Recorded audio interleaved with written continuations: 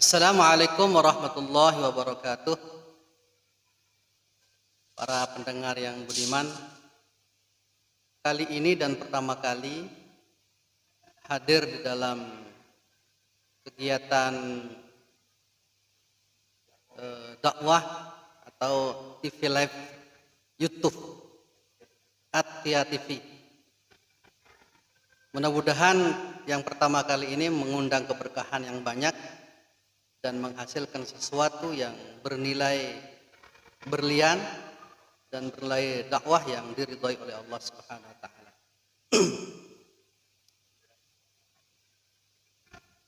Yang pertama dan pertama kali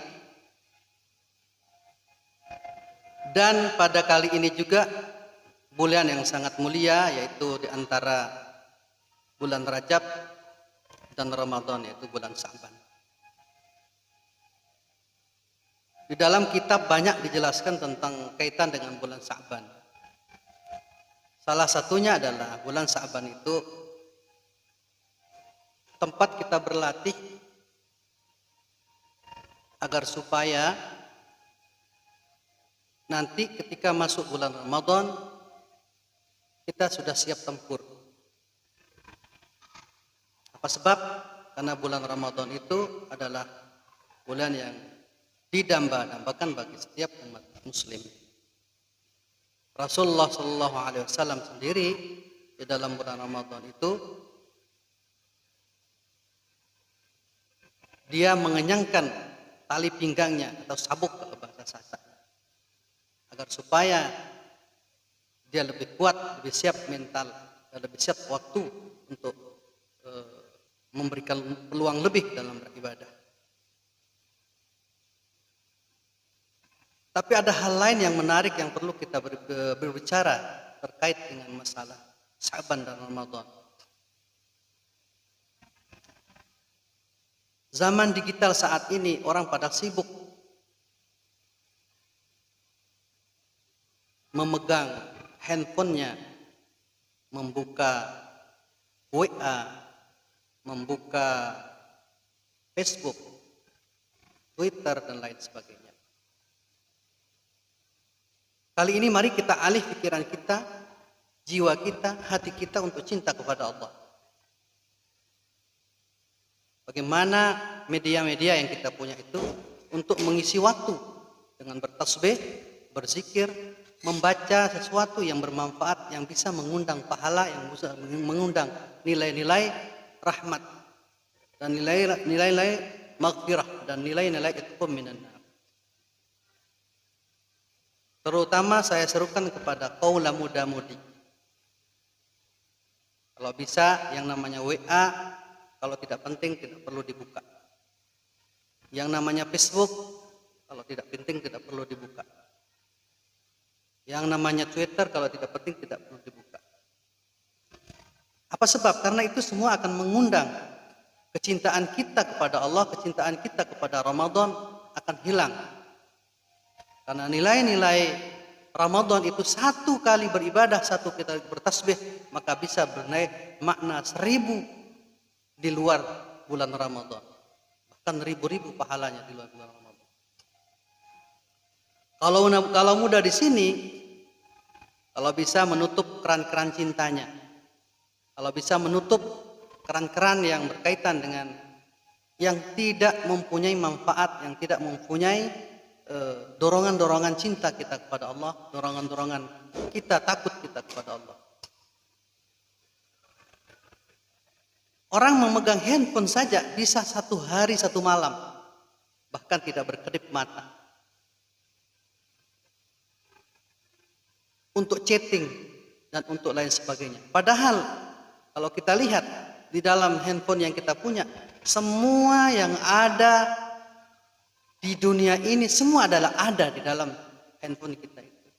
Tapi terkait dengan hal-hal yang menyangkut agama, menyangkut nilai-nilai ibadah, menyangkut nilai-nilai keilmuan agama, kaula muda itu banyak meninggalkannya. Sehingga tercetak pikirannya itu adalah pikiran-pikiran yang sekuler. Itu bahasa modern sekarang, yang sekuler. Artinya cenderung kebebasan. Sehingga seseorang untuk mengingat Allah, untuk mencintai Allah, untuk takut kepada Allah, itu menjadi lupa, menjadi sangat minim sekali dalam hatinya. Untuk itu kami hadir di sini dalam acara pertama kali ini untuk kita diskusikan, untuk kita bahas bersama,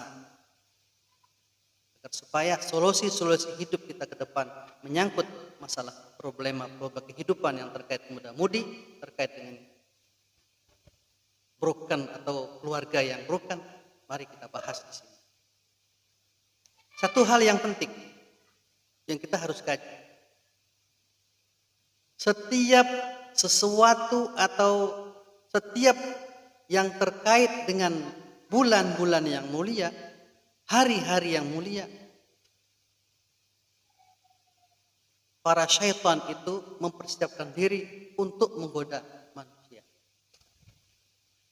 untuk menggoda agar supaya jauh dari nilai-nilai yang dia punya, nilai-nilai yang terkait dengan ibadah.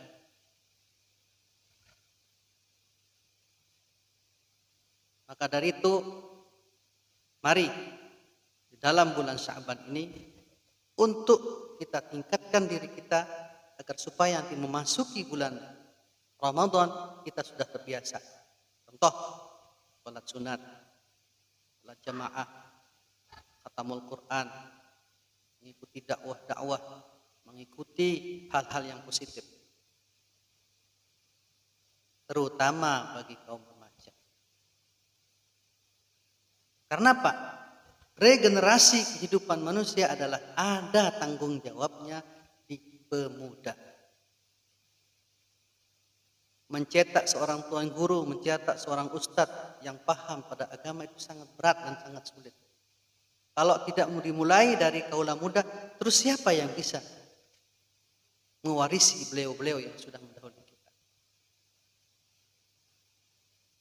Hanya sibuk dengan Facebook, sibuk dengan sibuk dengan hal-hal yang terkait di dalam kehidupan sehari-hari. Tapi kita tidak terkait dengan kehidupan ibadah sehari-hari.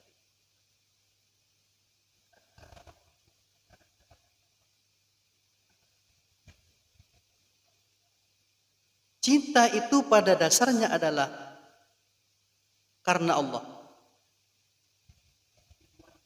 Ada orang bertanya kepada saya, apa itu cinta karena Allah, Ustaz? Kemudian saya balik pertanyaan itu. Menurut Anda pelaku cinta bagaimana yang dimaksud dengan cinta karena Allah? Mereka bingung sendiri, tidak tahu. Cinta karena Allah itu seperti ini, kita ke Allah itu seperti ini. Padahal intisari cinta kepada Allah, cinta karena Allah itu apabila di dalam cinta tersebut dapat jodoh maka harus diterima karena Allah. Tapi ketika cintanya putus,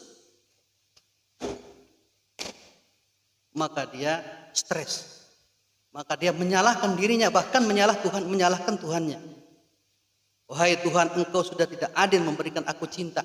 Kenapa Engkau putuskan perasaanku dan cintaku kepada sang dia? Dan kenapa dia diberikan buat orang lain bukan buat aku? Kemudian dia frustasi. Itu artinya bahwa orang tidak mencintai karena Allah. Akhirnya dia kesurupan, akhirnya dia stres, akhirnya dia kemudian gila dan sebagainya. Bahkan tidak mampu memutuskan tari rantai penyakit yang ada dalam jiwanya, dalam pikiran. Sehingga memang penting kita bahas menyangkut masalah cinta karena Allah. Cinta karena Allah itu jawabannya sedikit. Ketika dia diberikan jodoh oleh Allah, maka dia terima sebagai amanat Allah. Ketika dia putus, ketika dia ada sesuatu terjadi pada dirinya, tidak terduga di dalam pikirannya, maka itu harus dia terima. Di kalangan kaula muda pada saat ini, hal itu belum dipahami. Sehingga dianggap bahwa cintanya adalah segala-galanya. Ketika cintanya tidak miliknya dia, kemudian dia stres, bahkan mengancam. Aku tidak akan memaafkanmu seumur hidupku, dan aku akan mencarikan obat dan rasakan nanti pembalasan. sampai sejauh sana. Dan itu sudah sering kita bahas dan sudah sering kita cari ya, kita dapat pasien-pasien yang seperti itu.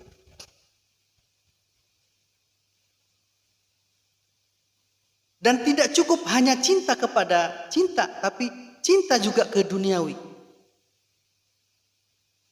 Contoh, sekarang begitu banyak mencari ilmu. Begitu banyak mencari ilmu sampai ke luar negeri, sampai di kota-kota lain untuk mendapatkan ilmu. Tapi tidak mencari ilmu karena Allah. Ketika dia tidak dapat sesuai yang dia harapkan dari ilmu yang dia punya, kemudian dia frustasi.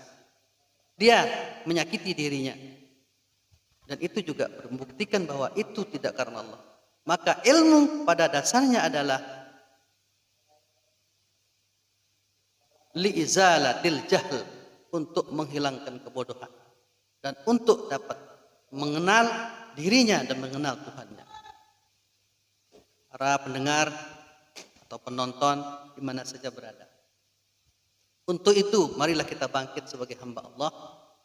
Untuk itu marilah kita berjuang sebagai hamba Allah untuk yang terbaik dan yang terban, menjadi hamba Allah yang diridhoinya. Ya, mungkin di antara semua pendengar atau penonton yang berbahagia, lebih lanjutnya bisa kau tanyakan apa saja yang kira-kira yang saya sampaikan itu menjadi hal yang belum dipahami atau unek-unek. Silakan, saya akan siap untuk menjawab. Ya, komentar kita bahas minggu depan. Terima kasih. Lebih kurangnya dari saya Abu Mansur Muslihin Amirullah, wallahu muwaffiq ila aqwamit thoriq. Assalamualaikum warahmatullahi wabarakatuh.